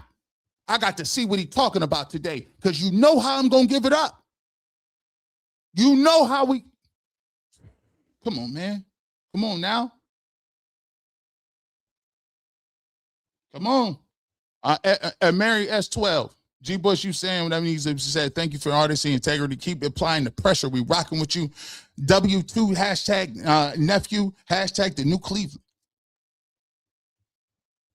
Tayano, thank you so much for the 440 jewels. Ms. Bell, get them, G. Bush. Take your time. In my coach voice, we got time today. You should ask how many members, viewers they got with that plaque in their hand. I don't know. It's a lot of I ain't saying nothing. We do got some trophies over here. We got some hardware. Mark Hicks. I had to come to the conclusion people don't stand on their work are not worth it. People who have negative things to say about any players do not put their name on it are not worth my time. Facts. Facts. I'm not asking you to do nothing I'm not doing. I don't respect it. I don't respect it, especially when it comes to like hearsay. I don't respect it.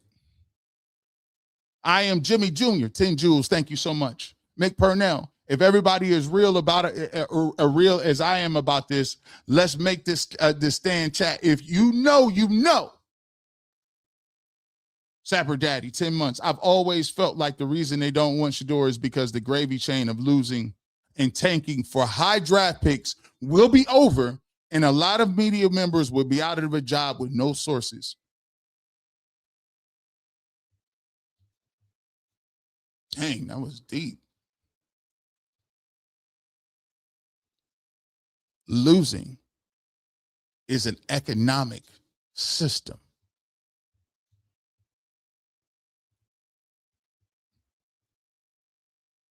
who profits from the narrative?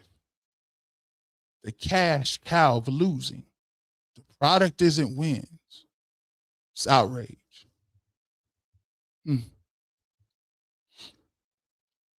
Mr. James Roberts III. Everything is okay. Winter is coming. Winter has been coming.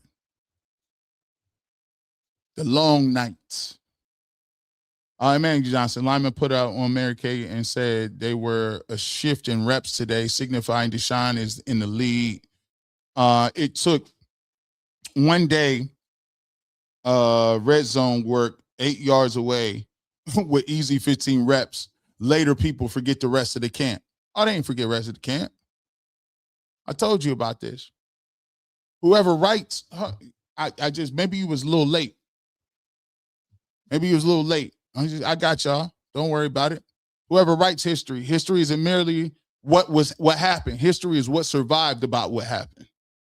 Whoever controls the past controls the future. Whoever controls the present controls the past. Ask yourself, in sports, the narrative can build legends. I'm just throwing it out there.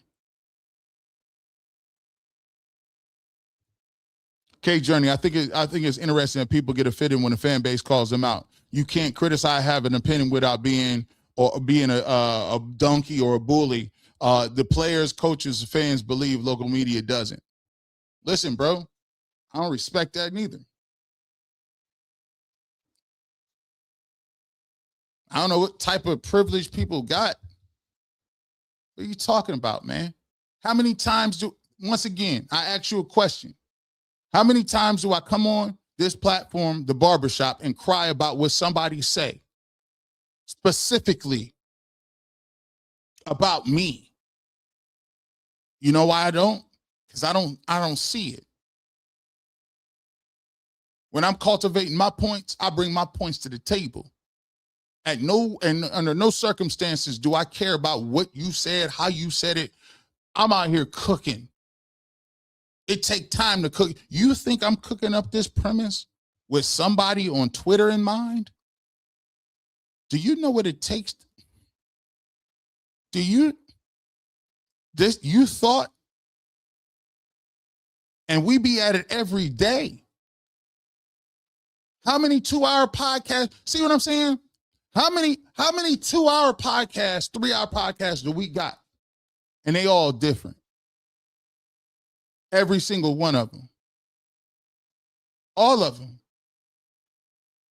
People done put the kids to bed, went to sleep, done everything, ate food.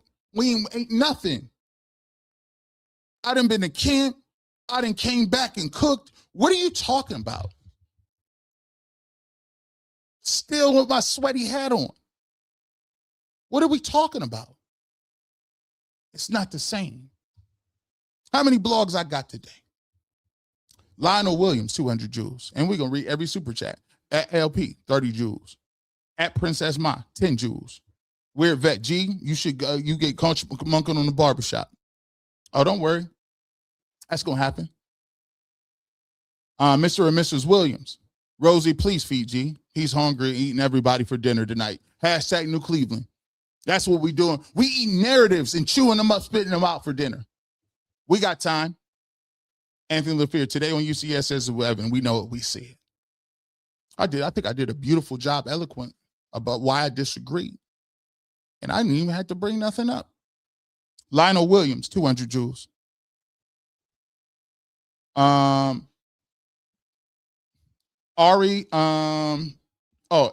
Anderson, thank you so much for the 10 jewels. The extra point, DK. G. Bush literally got 2,000 people in here listening to a dissertation. Salute. We got you over here, fam. You get it bigger than them. It is what it is. And we just trying to get bigger. We trying to grow. Family growing every day. We're going to continue to put work in. Black Knit, 750 jewels.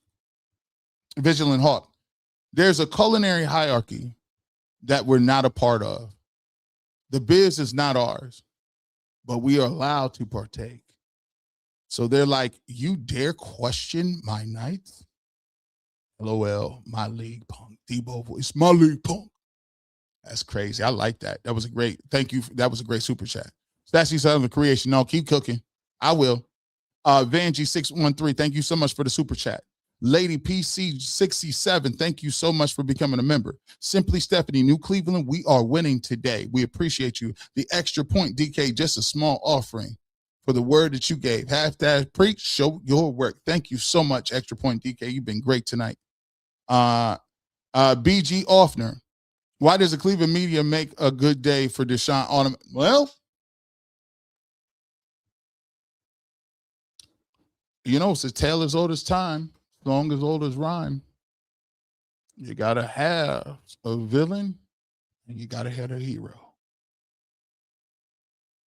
Anthony LaFleur, your passion came through earlier from the car. I was just, you know what I'm saying? I was wondering why nobody really wasn't talking to me at practice today. I mean, they must have seen that. Wow, G, you are the soap, and you washed away a lot of the dirt tonight and brought it to the face forward to our attention. No eyes wide shut. This episode was a classic. Suds are up. I appreciate you got the medium last. Vanjie, 613, lie equals tracker, manipulative narrative, revisionist history, unaccountable authority, anonymous league sources, access equal elitist shield. Woo, got it. Aaron Dunlap, 440 joules. Tommy Harris, thank you so much for the super chats. Dukes the Scoop for doing it for all of us, dog. I owe you, bro. Dukes the Scoop, we appreciate you. Thank you so much for the generous super chat. And we about to do some things over there, man. That's my cousin. We found out we was cousins. We be talking the same stuff. Mike Stephanie, 440 joules. K Fresh Harris, I saw you at training camp the other day. I was the Browns guest service employee at the west side of the field bleachers that said hi to you. What's up, my guy, K Fresh Harris? We appreciate you. Thank you so much. Thank you for everybody who met me out there. It's been so many people who came up that took pictures that, you know, salute. It's just humbling to see all you guys out there. Thank you for your support. Owl on the prowl. None of them are white, no blondes, no blue eyes. Well, I ain't blind and blue eyes. We ain't black. The presentation was fire. Can everybody drop their hands in the chat on amazing service? Dave talks credit. Thank you so much. We appreciate you. Chantel Marie, thank you for the 2 joules. Thank you so much. Alexander Gallant, Coach Monk made it clear. Winning shuts up narrative. Team chooses the quarterback. Preseason's games will give a clear indication. Smitty. Question, does the Johnny Unitas Award, no, it don't. If you never mentioned a Johnny Award Unitas winner, did it happen? We'll just decide not to acknowledge it.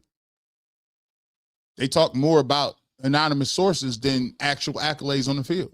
Miss Bell, I have to get my curse jar out to watch UCSS.